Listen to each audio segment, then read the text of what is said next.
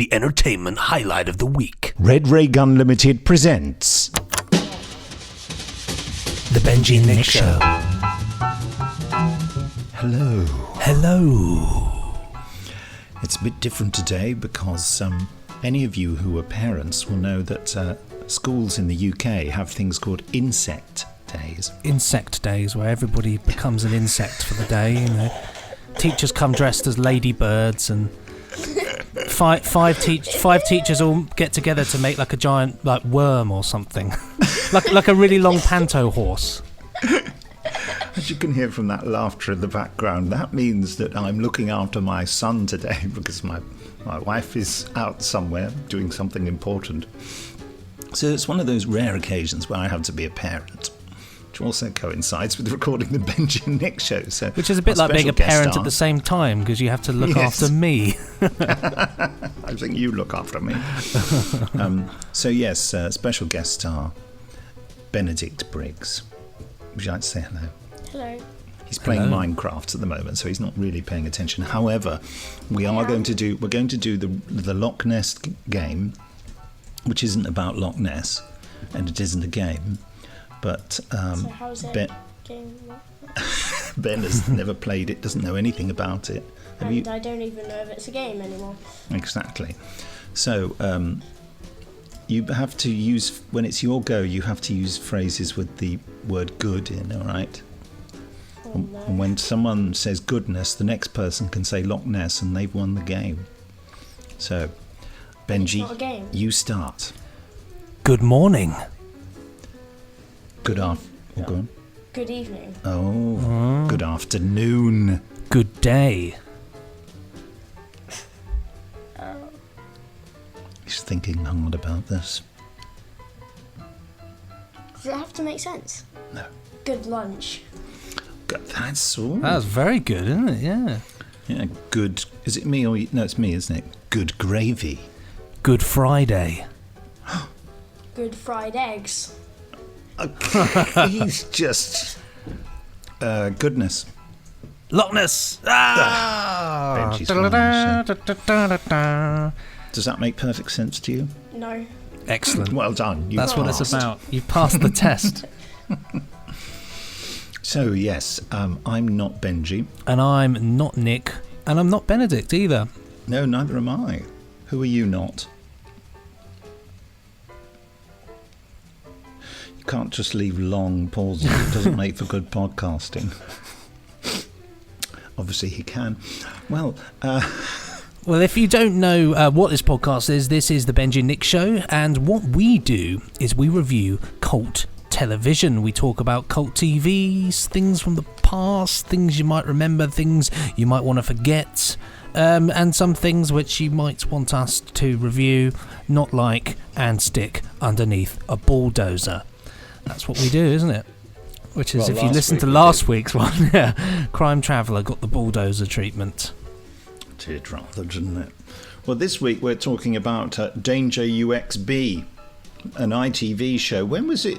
What was the date of that one? Have you looked it up? I thought it was 1979, but I'll have a look. Sounds very likely. Because it's got that. Yes, it is 1979. 1979 series on ITV, broadcast from the 8th of Jan to the 2nd of April. So that'll be our thing later on. That's going under the hammer, and we will see whether or not we like it or not. What else are we going to be doing? We're going to be talking to Jamie, son of Jerry Anderson, about anything that occurs to us, really. It's always nice, isn't it? He says he's available. My phone's making noises. Yeah, that's what we'll be doing. But first, let's have a look at the emails. Shall I read? I'll read this one, shall I? Go for it. The Revenge of Crime Traveller, 3 exclamation marks. This was sent on the 27th of November in the year 1230. Oh, what a good year. And it's from John Pettigrew, an emailer of some note. Let me just increase the luminance of my computer so I can actually read this. Dear Nick and Benji, I was quite amused to hear you trash one of my guilty secrets in this week's podcast, Crime Traveller. This show is never going to be really a cult TV favourite, but every couple of years I watch the whole series. I don't think the acting is bad, really. I find Michael French quite a likeable character, but I think the problem with him here is he's supposed to be the lead hero, but he's also written as being a bit of a rogue, and he never quite fully comes across as anything other than a nice bloke. Unlike Nick, I never had a problem with Annette Chloe's competent, if a little bland acting. But that's my problem right there. Yeah, competent, a little bland. Can I also say that I don't think Michael French's character comes over as a nice bloke either. I think he's just a slightly mocking character, really, isn't he? Like he's a little bit like, oh, you time travel, do you? I don't think he's a nice bloke. Let's put it this way: I wouldn't want to go to Costa Coffee with him, which is where he is in the opening of the episode. Is he really? Yeah, with the old Costa logo. Yeah, before Costa was like trendy and cool. Wow, did you know that, Ben? No. I didn't know Costa had another logo that was like the older one. No. Yeah, it had like a more old fogey-ish logo. Well, and that's where we're going for lunch, aren't we, Ben? True. Yeah. Anyway, the pair of you seem to have a problem with the series' take on time travel rules. Why? I'm actually extremely interested in the subgenre of time travel stories, more so than generic science fiction. And as far as I'm concerned, it would be an awful lot boring if every story, film or TV show had to slavishly follow the same rules of a subject which is hypothetical anyway, the free movement in time. Very true. We may question, it's true, it's a good point. We may question the strange way that time works in this universe, but it does give us a different take on it than, say, Back to the Future or Doctor Who or Time Cop. Yeah, I think you're absolutely right. It's fine to do that. It's just that we didn't like it. Yeah, I think that's very true. Very true. I think the main problem with Crime Traveller is that it wants to take the time travel concept into real or mundane world, but it comes across as straining to appeal to a tea time family audience. I agree. It kind of fails in the way the 2005 reboot of Doctor Who didn't. It's all a bit patronising and sanitised, defying any semblance of reality. At times, it's even more like a children's programme showing the grown-ups' world. I think that's true. Like a lot of people, I was incensed that Time Traveller...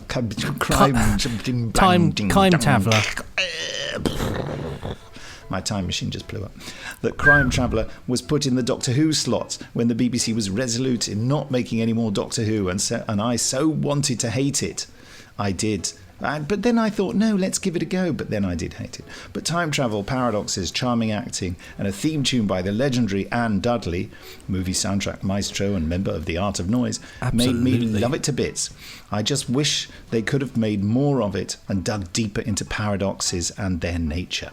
If you really want to be underwhelmed by a time travel piece, I defy and challenge you to watch and understand the notorious film Primer 2004. Do you know that? No, I don't know. It's a high-concept, shortish film made on a micro-budget and infuriated and frustrated me after having to watch it around 12 times before giving up on it. Blimey, that's dedication. It has to be the most complicated of all time travel films. There is a diagram somewhere on the internet that shows all the interactions of the characters with themselves, which just makes it worse. There's a real challenge for you. That's a mind bender, that one, isn't it? Yeah. As a suggestion for a future podcast, how about Paradox, starring the ever-wonderful Mark Bonnar? This was an absolutely fascinating but short-lived series from 2009 about weird images being beamed or faxed down to Earth from a satellite, and the seemingly random images actually foretold disasters and incidents which unfolded the following day. The team tried to change the outcome of the events. I thought it was a really intriguing premise, but it was axed due to disastrous ratings, which was a crying shame. Maybe you could Benji and Nickify it. See, I have a really vague, just grasping by the edges of my fingernails memory of that. I mean, it's got Mark Bonnar in it, so it's going to be very good. I mean, he is a sort of symbol of things being brilliant. Yeah, we should track that down. Anyway, John Pettigrew finishes by saying, "Keep up the good work, chaps. The podcast is always the entertainment highlight of the week! Exclamation mark, which Rock of course and roll. Benji says at the beginning. For me, even if the subject matter isn't of interest to me, 3 exclamation marks. Best wishes, John Pettigrew. Thank you very much for emailing in. I'll tell you another good time travel one. I say good, it's an interesting one. Is have you ever seen Timeless on Netflix?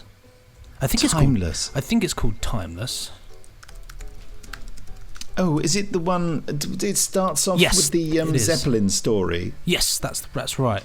Oh, come off it! No. What I was going to say is that's an interesting one in the sense of like the premise itself is really. I think the premise itself is brilliant, and they cover a lot of ground with like the little pod that goes invisible and does things.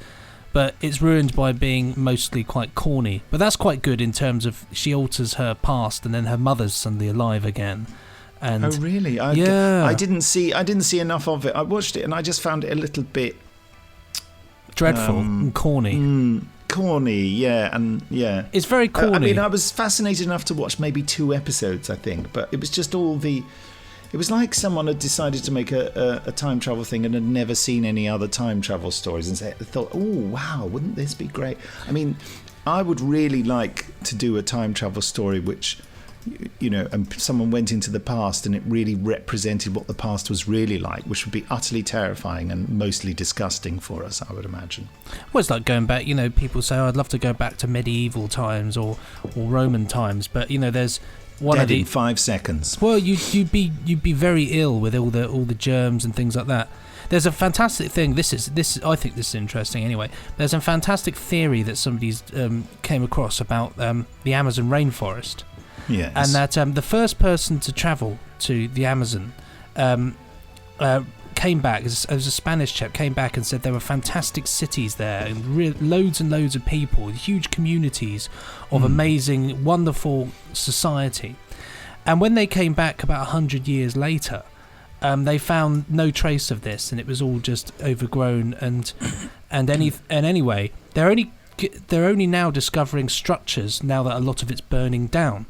But the interesting thing about this is that the theory is that when this chap travelled there, because of this civilization of being completely free of, you know, there weren't any the same sorts of bacteria that we have in the modern world and the complex world. Subsequently, they all became ill because he brought with him germs that they didn't have where they were, and they didn't have the science to deal with it, and thus it killed everybody out with an epidemic. Wow. Because they didn't have the medicines that we have to overcome things. Is killing everybody out the same as killing them off? Yes, it is that. It's just me not being able to speak. I've just been killed out. But it's like that if you travel back to medieval times. You know, you would die, but I think you do a lot of damage yourself. We'll need a sword to take them on. Well, yeah, you die, and then subsequently, you probably got bacteria that didn't exist then, and subsequently, you know. But I just mean the language differences, even if you're in the same country, you know. I mean, like you and I, there's a language barrier slightly between us because we're from different generations, and we have fun working it out, you know. Yeah. But you know, you often ask me, what's that phrase mean? And I often say to you, what? I don't get that. What do you mean we've mugged each other off? But I think language is crazy. It does change, you know, all the time. There's a fantastic... Imagine it over the centuries. There is a fantastic book which I deplore anybody with even a basic interest in history to read, called A Time Traveller's Guide to Medieval England by a chap called Ian Mortimer. And he writes the book as though you're there, and it's like he's writing it as a guided journey as you travel through this medieval world. But it's got a whole section on language and the way in which people spoke, and it's really interesting. Wow! How there is some remnants of our language as it is now. Like it's the sort of thing you wouldn't really be able to understand people, but you'd be able to pick things up. A little bit like if you went to Germany, you might be able to pick up a few small phrases. But yeah, it's really interesting. I'm also thinking of people coming from the past and into our world and how upsetting they'd find it. Don't you think, Ben? not saying anything. No good for podcasting. Well, I suppose for Ben, even at his age, there's probably stuff from my generation which seems absolutely ancient now. Like the fact that because I'm 28, and how old's Ben? Ben's 10. So you're 10. Okay, so when I was about, I'd say about 10, I had dial-up internet that was connected to the phone line, and it made this really loud noise when you wanted to connect, and it took ages to load up a picture. It would take about 2 minutes. What do you think? Just a picture. You heard that dial-up noise, didn't you, on something recently? What? Was it on the Demon Headmaster? Yes, when he was zooming in on something. It was Yeah. on a drone or something around there, and it was... I don't know, he had like an aerial view from a satellite. It's from a drone, you're absolutely right. And of course we should mention on a digression here that after your recommendation that I should watch The Demon Headmaster with Ben, what do you think of it? Great. It's really good, isn't it? Really, really good telly. The last episode was a bit scary, but apart from that, it was absolutely brilliant. Didn't you like the scariness of it? Yeah, it made it good as well, but it did give me a bit of a shock. You've now got to watch the old one, which is on iPlayer as well. Is it on iPlayer? Yeah, you can watch the old one on there. Could watch Wait, the old one? Yeah, with the chap who's in the picture at the end. With the moving eyes. Oh wow, we must do that. I never really saw it. I only saw bits of it. How many did they make? They did 3 series of the original in the end. I think they've carefully sort of pieced it all together on iPlayer, but it was really good. I mean, it gets worse as it goes along, but it's I mean, this series is great. The acting in it is great. In the original, the kids' acting is pretty dreadful, but it's really good, and the music's fantastic. It's Radiophonic Workshop's music, so it's great. And what more do you want? What more do you want? Well, I've got another message here. Subject to this one is War of the Worlds from Neil Hackney, sent at 12:03 in the morning on the 27th of November 2019. Hello, chaps. Just a quick note to say that the other War of the Worlds show that you mentioned is being trailed on Fox in the UK at the moment, so it should be on there soon. I'm enjoying the BBC version at the moment. I have thought that they should make one set in the time period of... I have thought that they should make one set in the time period of the book for ages. Wondered if you read any of the League of Gentlemen graphic novels, as the second volume is pretty much based on War of the Worlds. Would be great to see a TV adaptation of these books. The film was fairly average and could do with a better adaptation, as the books are fantastic. I've not seen the films. I've never seen it. It's got Sean Connery in it, hasn't it? Yeah, I think I might have. I thought it was terrible. Yeah, but I hear that the comics were brilliant. In other news, I'm really enjoying His Dark Materials, also on the Beeb on a Sunday, as it has that classic Beeb drama feel about it that you just used to get in years gone by. I also think that the girl who plays Lyra is very good, although I haven't read the books, so had no preconceptions of what to expect. I'm being won over by her, so I said she wasn't good enough, didn't I? I said I thought she was good, but she had to be remarkable. But yeah, I'm buying into it because the series is just so good and the story's great and everything's fantastic about it. So I would. It's not like I'm withdrawing my previous view, but I'm kind of over it. Yeah, so, you've got used to it. So loving it, yeah. With Christmas on the horizon, I wondered if you were going to tackle anything festive.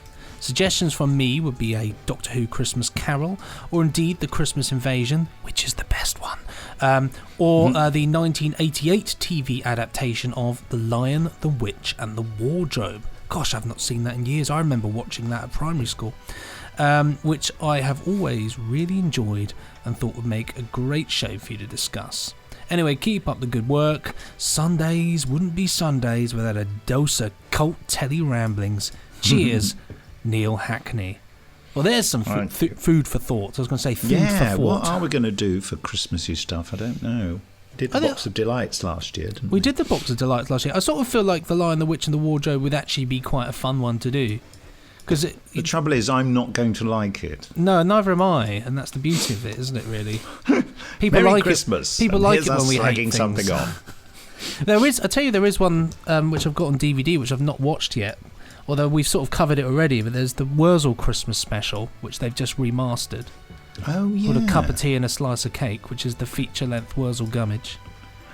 Which may be good because it's got Jeffrey Belden in it, which is mostly wonderful. Raise his hat. Raise his hat. It's got Billy Connolly in it as well. Connolly. Oh, yeah. Colony in Space. It's got Colony in Space in it.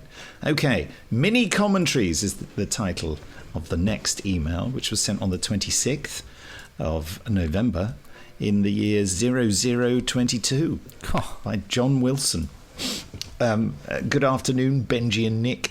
I've just been listening to the Crime Traveller episode of the podcast. I had an idea as you were talking about the fact when you looked up the Des O'Connor Stingray sketch, which I had to watch several times afterwards, you both wound up just watching it at us. Since you seem to reference things on YouTube often enough, why don't you do a mini commentaries of things like that, where we listeners can also look the thing up on YouTube and watch along? It's a good idea, isn't it? We'd have to prepare so that we didn't just sit there watching it, which we did last time. I did a bit of editing so that there weren't such long pauses. It's a whole new segment of the show, perhaps to go along with your What Have You Been Watching Recently episodes. Best, John, sent from the bath. Like Des O'Connor. Des O'Connor's bath. Yeah. I'll tell you something which would be quite funny, which could be like an episode where we just get lost on YouTube. Oh yeah, Just on start YouTube. in the same just place. Get lost. Just get lost. We start in the same place, and then hop along and see where we end up. Could be dangerous. Could be dangerous, yeah. No touch pod could be dangerous. So in case anyone wasn't listening last time, Des O'Connor, a famous singer stroke comedian of the 60s, 70s, and well, I don't know, is he still going? I can't remember. Yeah, I think he is. Is he?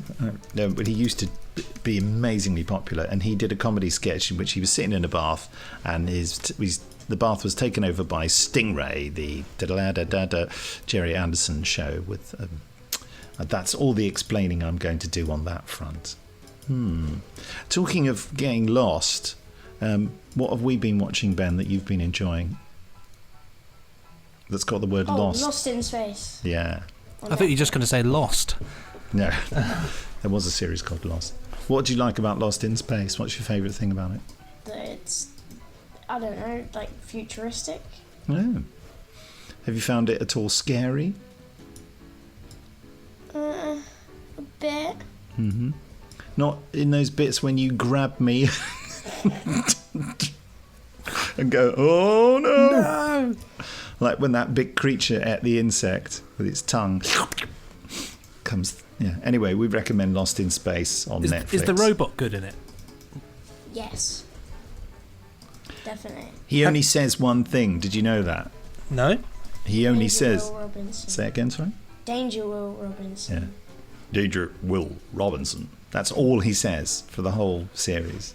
That's crazy, because he used to talk a lot in the 60s. Oh, yeah, but it's quite fun to have, his main phrase that back in the day, if anyone mentioned Lost in Space, people would just go, Danger, Will Robinson, because that's just the catchphrase of Lost in Space, because he said it every episode. So it's quite a fun thing to have that as the only thing he says. Way to get He does a catchphrase occasionally over. say, Danger, and sometimes he says, Will Robinson.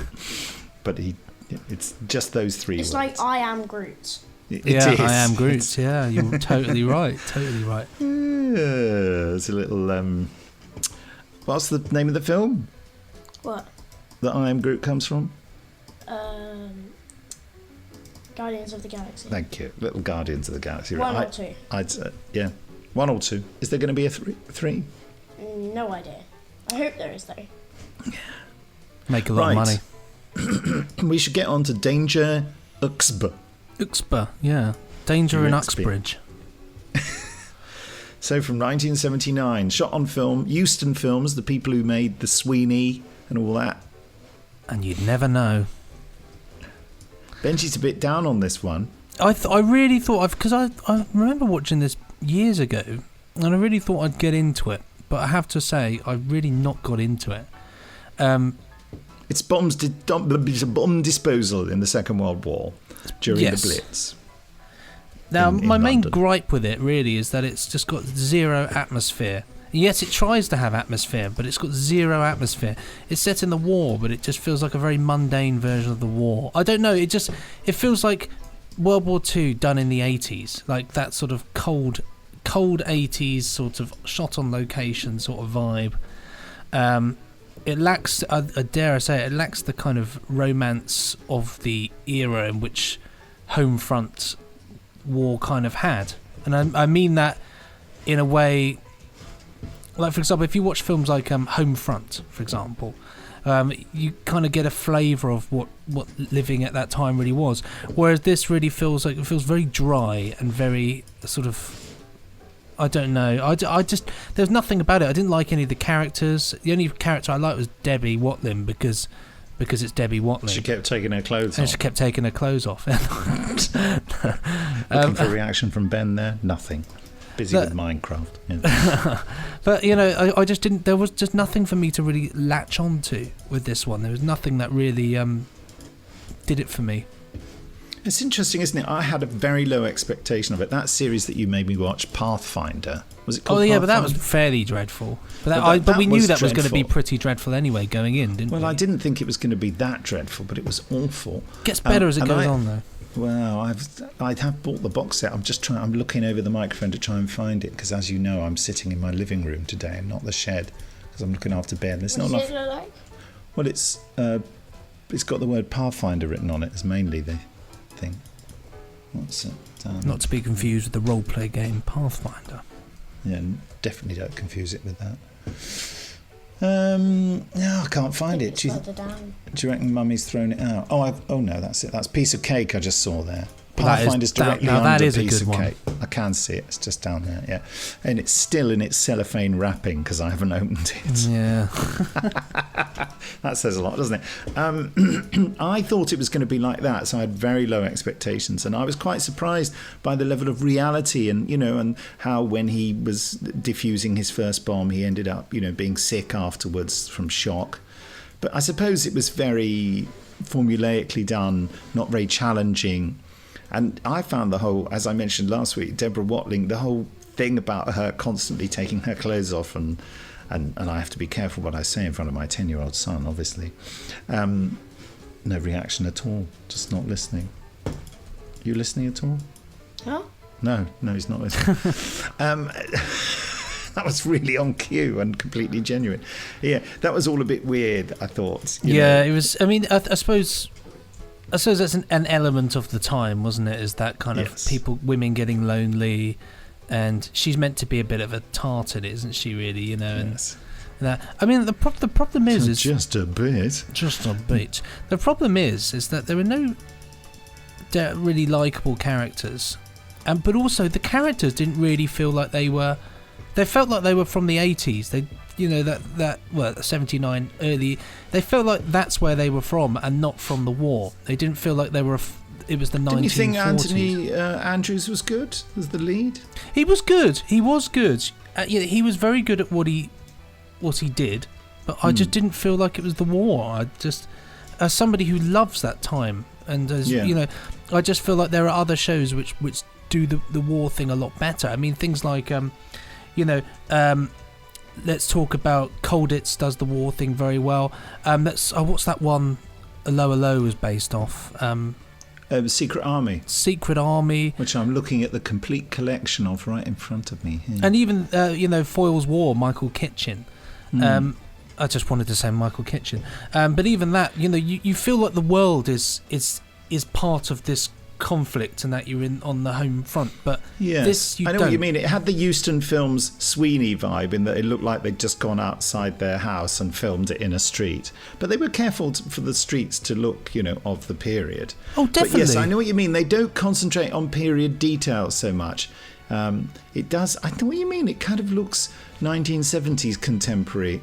Interesting, isn't it? It reminds me of but like... I liked it because it was a surprise to me. I wasn't expecting... I don't think it's very sophisticated or particularly well written, but I was expecting it to be at least 50% less sophisticated and less well written than it was.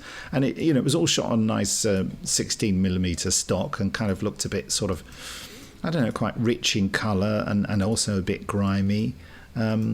And there were moments, weren't there? Like, that was the interesting thing for me, because it didn't show too much devastation, but you were on the fringes of it, where that was that guy coming through, and he just said, she's lost her husband, and can I have a cigarette, mate? And he gives him the whole packet and everything, and you suddenly think, oh, this street looks perfectly pristine, and yet these people have just walked from somewhere where everything's been destroyed. And I thought that was quite affecting. That I found that quite moving, and shocking in a bizarre way.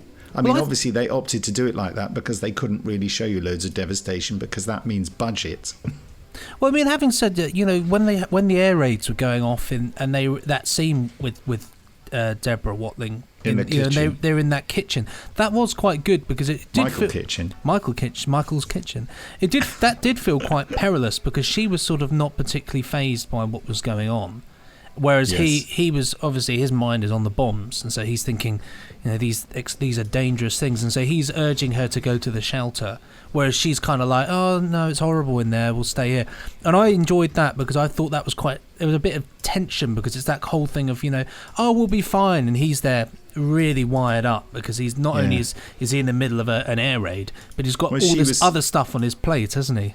Yes, and she was sleeping under the stairs, which a lot of people thought made them safer, because that was the sort of firmest structure in a house, and a whole house could fall down, but you'd be safe under the stairs or under the kitchen table. Under the Ben's shaking his head. He doesn't believe that philosophy. My great-grandparents, they were under the kitchen table. My old nan... You could get a shelter which was like a cage that would go under the kitchen table. Yeah, you could. It was like Anderson... It's like an Anderson shelter variant, wasn't it, or something? Yes. Do you mean a Morrison shelter? What's a Morrison shelter? It's a kind of mini table with a cage to stop shrapnel and a bed in it. He's been studying this at school. He's doing a project exactly on the what we're Second talking World about. War. Exactly what we're talking about. I got an interesting tale. My great nan, she lived to be 108 years old, and she once told me a story of how she was in her kitchen, and she was doing the washing up.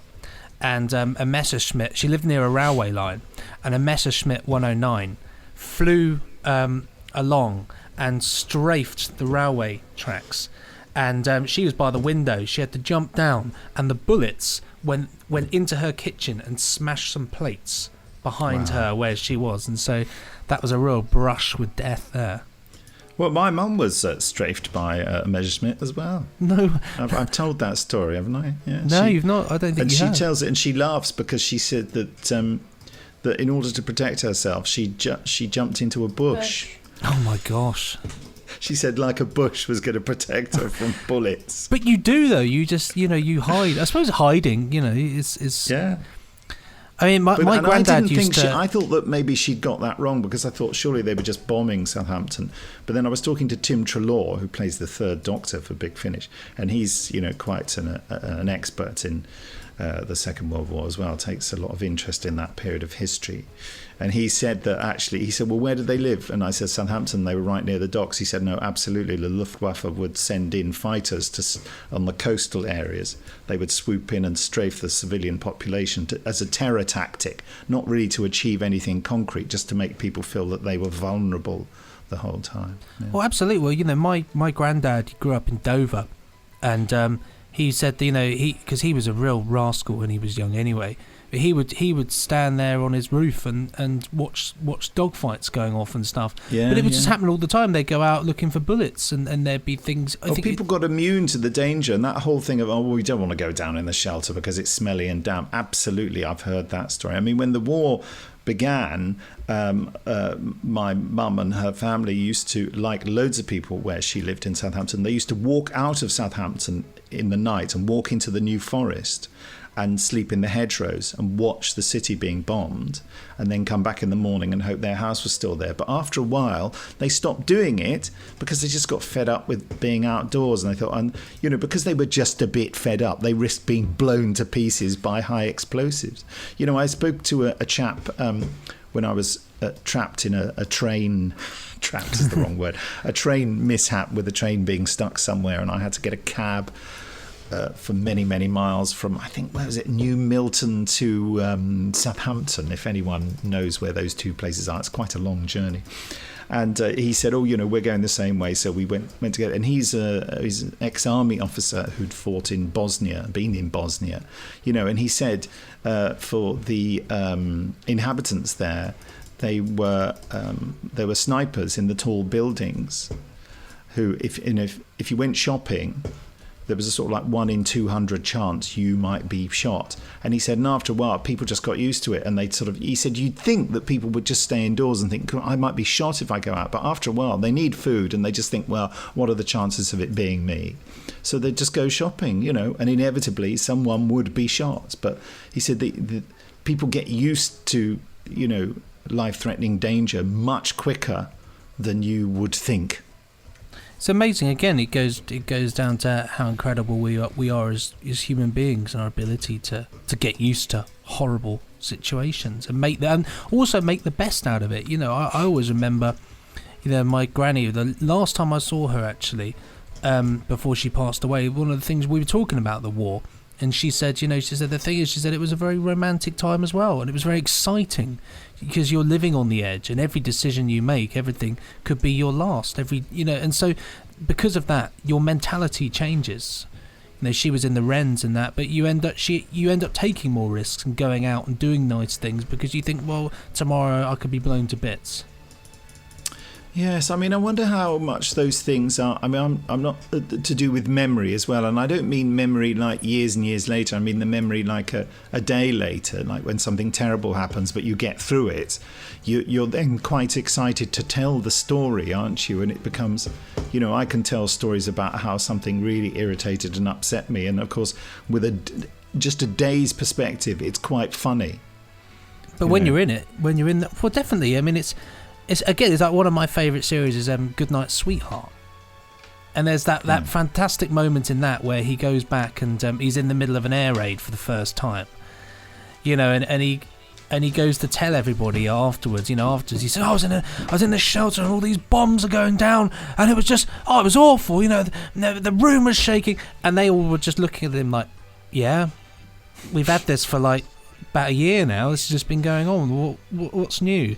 Of course, he was that retrospective thing. He was there, like, oh, we survived, we did it, I was there. So completely different, isn't it? Yes, the contrast between people who've got used to danger. It's interesting that we're doing Danger UXB because I'll get Ben to show it to you in a minute, Benji. Unfortunately, the listeners won't be able to see it, which is a cardboard and paper model of a German bomb that they've been making for his project. So Ben, could you come and get the bomb to show Benji? What a sentence. Yes, if that's taken out of context, we're in trouble. Get the bomb. Get the bomb. Oh wow, that's really good, isn't it? That's I love the tail fins. That's brilliant, isn't it? God. Has to be said, mainly due to the brilliance of who? Not me. Not me either. Are you going to sign it like they used to? They used to sign it, didn't they? On. Turn it around so you can see it. They've got the fuse. Where the fuse? Oh, that's so good. I wish we could have done that at school. Yeah, that's brilliant. Well done. They've also built a house and an Anderson shelter thing, and that's about this big, And yes, and I'm now boring the listeners quite severely. But the Danger UXB. Well, I'm going to give it 3 exclamation marks. I will stand with. It's a tough one. In my heart, I want to give it 3 because I appreciate what it is, and I appreciate what they. And I you just were in the wrong frame of mind for it, weren't you? Really? Potentially, yeah. I think if in my frame of mind, perhaps it would have been a 2. But I'll give it a 3 because like the drama was there. And actually, I'll give it a 3 because I really like the opening of it. where that bloke's working on the bomb, and then it just cuts so far away, and then you just see, and the whole blown thing to goes pieces. up. Yeah, he puts his ear on it to see whether the ticking, and then kabam. And it just goes bam. I thought that was a really good way to kick it off. You know. If it was a modern day drama, of course, his ear would fly past the camera, wouldn't it? Yeah, and somebody pick it up and mount it on the wall. With a screw. With a screw, yeah, fair enough. From Porridge. Right, let's see if Jamie Anderson is around. Janderson.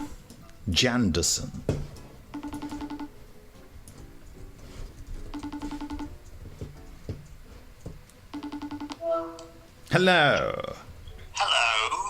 Hello. Welcome to the Benji and Nick Show with special guest star Ben Briggs. I was going to say, it's the Benji and Ben and Nick show. Nice headphones, Ben. Thank you. They're very cool. I'm jealous. He's playing Minecraft. Oh, so not really partaking in the podcast? No, it's just that Steph's out today and it's an inset day at school, so I'm on parental duties. Gosh. I know, it doesn't happen often, does it, Ben? No, not really. Am I really a parent, or...? Yes. Oh, I am, okay. Well, that was like, yes, stand up to your responsibilities. We've been talking about Danger UXB. Right. He doesn't What know have it, you been saying Benji. about it? Because I'm none the wiser. Benji, what have you been saying about it? And then I'll relay it. Yeah, just don't bother. You life moves on without it, you know. What a stunning review. Yeah. Why is it so bad? Just mundane, isn't it? Lacks atmosphere. Right. Well, it's quite well reviewed on Amazon, I've just seen. Other DVD providers are available. I quite liked it. Yeah, they're all 4 and 5 star reviews, except for one 3-star review. From Benji. No, actually from Fave, whose helpful review is, as remembered. What does that mean? As remembered, and then someone shot him. Someone dropped It's as an... bad as I remembered it, right. I suppose. Yeah. Or average. Someone exploded a bomb near him. Must be. As remembered... He was going to type more stars, but actually got... Oh, but this is really sick, I'm sorry. Sick, not sick in the modern sense of sick, Ben, all right? Ben's... Yeah, sorry, he's in Ill? Minecraft. Yeah, no. Ill. I was with someone yesterday who's got a 16-year-old son, and he texted the father, the text just said, LTE. What's that mean? Yeah, even Ben's confused. Come on, what does LTE Late. mean? I don't know. Allegedly, it's sort of short for all right. It's like an acknowledgement. LTE. I didn't know. I went and looked it up, and I couldn't even find it on Urban Dictionary. And if it's not on Urban Dictionary, it's not real. But there you go. That's what a 16-year-old has. Oh said. no, isn't it meant to be Via text. like ITE, like I capital? Oh, maybe it was like, IT. It was like yeah, because that's capital I, which looked like a lowercase L. like people say that like Right. That's even that's tenuous. slang. It is. Benji, thank you. You're clearly younger than me. It's Only on a the few Urban years. Dictionary as well. Yeah, slang for Enough all to be right. in that world. It's correct. Right. Well, now it makes sense. The Urban Dictionary. It makes sense. So, Benji, have you got a random question for... Yeah, I've got two Jamie? questions because I couldn't decide between the two because they're both quite fun. So the first one is what incredibly strong opinion do you have that is completely unimportant in the grand scheme of things? Jamie was pointing a Captain Scarlet gun. Oh, there's two different size Captain Scarlet guns. That's weird. That's really a small. tiny one and a huge one. You know, I've got a large one like that. Yeah. Just think it looks very cool, and the small one's really close. I've got to show this to Far away, Benji. Hold the on. same size. Oh God, You see, Benji? that's really weird. I like it. Ah, that's really cool. That is really. It's The like that detail's scene in great. Face of Evil, isn't it? With the two size boxes. If you could have this one this close, or whatever. That fit inside the other. Father Ted with explaining distance to Dougal. That was Tom Baker trying to explain the dimensions in the TARDIS or whatever. Nice, Ben. Well parented. Well done. Yeah, he remembers rock a and roll. random Tom Baker story. I didn't get the name, but I just recognised what you were talking about. Okay, thank you. I've now forgotten the question. What is it again, Benji? What incredibly strong opinion do you have that's completely unimportant in the grand scheme of things? We've had this question before, I think, and I feel like I answered something different to what I'm going to say now. Okay. Okay. It is the orientation of the toilet roll on the toilet roll holder. Mm-hmm. It is essential that the free sheets dangle away from the wall, and if they dangle on the wall side, then you are a terrible human being. Completely agree. Well, you want it to go over rather than under. Yeah, just makes sense. I think even in the patent drawings for the original toilet roll as we know it now, it was illustrated thusly. So, yeah. What do you think about that, Ben? I don't. Bit random. Well, it's in fact I feel so strongly about it that I saw it in a restaurant a couple of years ago, and I was so enraged by it. I took a photo of the backwards toilet roll and tweeted it without realising that the toilet roll holder was chrome plated, and in the chrome plating was a reflection of me sat on the loo. I remember Yes. this. Yeah. Benji remembers. I'm sure Benji got me. A couple of people screenshotted it, and I removed it, blurred my reflection out. I mean, you could see that my trousers were down, so that's not ideal. Look at this picture of me with my trousers down. Oh dear. Ben is laughing, but he's restraining himself. Good. Yes, Laughing at me rather than with me, though. I'm about to say a very controversial thing. I have found, in my experience, that it is often the case that women put it the wrong way round. Ooh. Yeah. Yeah, in a number of relationships I've had, I've had to go, can you put that the other way round, please? Because and they go, what? No, I always do it that way. Don't do it that way. And then the relationship's over. Yeah. Tells us more about you than them. Yeah, definitely. Almost everything I say unconsciously reveals what a complete arse I am. Yeah, Ben's nodding. I can see there. Yeah. He wasn't really nodding, but He's now hopefully laughing saved quite a a lot. small amount of trouble. Okay, did you want to ask the other question, or Yeah, it's an Is it easy just not one. worth it? If you could go to any fictional place, where would you go?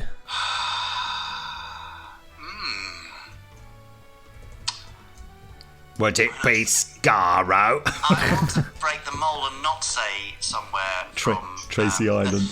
I would quite actually like to go to the planet Altor, Demeter City, in fact, which is from the 1994 Jerry Anderson series Space Precinct. Have you got an offer on the DVDs or something? Yes, currently available with a 35% discount from the Jerry Anderson Store's Captain Black Friday event. Well, there we go. Has Ben seen Space Precinct? Have you? Well, I don't even know what it is. Exactly. Ben. No, he hasn't. I don't have a box set here, so. What? Well, Da, you da, can get da, one da, now, da, don't da, you? da, da. Yeah, might get a freebie. Who knows? Might be pushing it there. Yeah, 35% discount, Briggs. Get it. Yeah, get that. Okay, Benji, have you anything else to say to Jamie? No, I think we're all done here. Thanks for having me. I'm going to go to my car now and salvage some Gaviscon mixed berry tablets. Have you got a bit of an upset tongue? Yeah, but they are really tasty on the plus side. I've got a bit of a sore throat coming, so obviously a virus is getting me. You should buy Benji, what Tums. have you got? Just get some Tums. They taste like Parma Violets, and they're much better than Gaviscon and Rennie's. Yeah. And they're better than We had Gaviscon. some nice Parma Violet gin here the other day, but it's all been finished. What's Parma Ooh. Violet? They're sweeties. Okay. They're like the purple ones. There Oh, you go, Ben, thank you. Yes, thank you for assisting your idiot father there and not knowing what Parma Violets were. But then I didn't know what Zit UXB was, so there we go. Yeah, well, we know who the winner is here. There's no such thing as Danger UXB gin. So There should be, though, shouldn't there? Frankly. Definitely. 3 stars, as remembered. Well, has there been any progress on Fernley? What's it called? Foxley Manor. No, I haven't even thought about it yet, but I will think about it next week. This is how we're going to go and stay, hopefully, in the... It's now become a sort of stated aim. It's going to cost us £1,000. No! Each. Oh, God, we're not going in that case. It's going to stay in the house where that was the location for... Benny Hill. Oh, no, sorry. The Secret Service. The Secret Service, the Jerry Anderson production that jumped the shark. I'm well up for that. Yeah, Foxley Manor on Foxley Heath. All right, well, cheerio, mate, and good luck with the rest of your Black Friday sale. Will it be still going on Sunday? It will. It goes right through to the end of Monday. Well, would you like to tell the listeners anything else about it, where they should go to find it? Yes. Free advert time. I'll do that now. shop.jerryanderson.co.uk. Click the Captain Black Friday button in the menu, and there's deals galore, including daily deals. So, there you go. How's that? That's a good plug. Thanks. Thank you for letting me plug that. All right, I'll speak to you soon. Take care. I'll plug off. Bye. Bye-bye. There we go. Goodbye. Splendid fellow, don't you think, Ben? He just nodded. Definitely. Oh, definitely. Yeah. Definitely, that's a good solid recommendation there. So what we're going to do next week, Benji? I think Oh, he's got an idea. I like it when you've got an idea. we should do another Pyramids of Mars just to keep that going. Yeah, okay. You know, Pyramids of Mars, just thinking about the episode 3 people commentary. the people that maybe have bought the DVD, you know, and are edging on to get through it. And they're thinking, why are they not doing the third Of course, episode? it's going to be easier, isn't it, in after Boxing Day, because Doctor Who comes to BritBox all on demand. Yeah. So that would be very easy. That's what I'll be doing on Boxing Day, just watching random old episodes of Doctor Who. I've already Because thought I about can. it. It's just going to be the War Games for the whole day. That's what I've decided. I really want to watch the War Games. I've been thinking about it a lot recently. Every time he looks in that screen. Oh, great! I think it's because you said that you watched it the other day. Get out of my room! I don't know what the line is, but that horrible general is it. It is quite clear that the evidence states you must be shot severely. Really nasty man. It's Yeah, like and you they can go, tell. hold on a sec, we didn't do anything. Yes, I agree. Execution. Kill It's them just all. totally unreasonable. It's like you can tell exactly why they decided. Yep, let's never do the war again. You can just imagine that sort of corporal or sergeant, you know, he comes into his room, doesn't he? He says, how dare you? And he spills the tea and everything. You imagine that happens every morning with that sergeant. Good morning, General. How dare you say good morning to me? I think that Stephen Fry based his General Melcher on the War Games general. Well, I mean, you This know, totally mad, unreasonable First World War general. I think sillier things have been suggested. You know, I think who knows. I mean, it's highly unlikely, but I like the idea that it's possible. I think, yeah, subconsciously. That's tea. Execute them.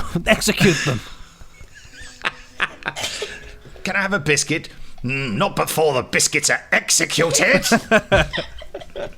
These biscuits will be hanged by the neck until they are dead. And then serve them to me and I'll eat them. Shoot them and eat them. Good morning, everybody. Oh, I said that right. Execute me now. I'm going to... I demand that you execute me immediately and then eat me. Like your biscuits. I'm They a call me bourbon. General Cannibal. I think Ben's enjoying this nonsense. That's very us, isn't it? Very us. Very on brand. The mad general. I like that character. Good old Monty. Like me? Execute me! So, that's brilliant. So, Pyramids of Mars, Episode 3 commentary next week. Just time to remind you that you can send us an email at podcast@nicholasbriggs.com and we will read it out. podcast@nicholasbriggs.com and we will read it out. I just said that. Yes, I was echoing you. I'd like to echo that sentiment. I'd like to echo that sentiment. Sediment. Oh, it's horrible sediment. This. Well, I suppose it's time to say goodbye, isn't it? Yeah, it is time to say goodbye. Well, it's been a pleasure, as always, to fill Your ears. a good 55 minutes and 25 seconds of our life with wonderful banter. And so we'll be seeing you next Sunday. So from me, it's goodbye. And from Ben. It's goodbye. And from me, it's goodbye. Pressing stop now. Ka-chung.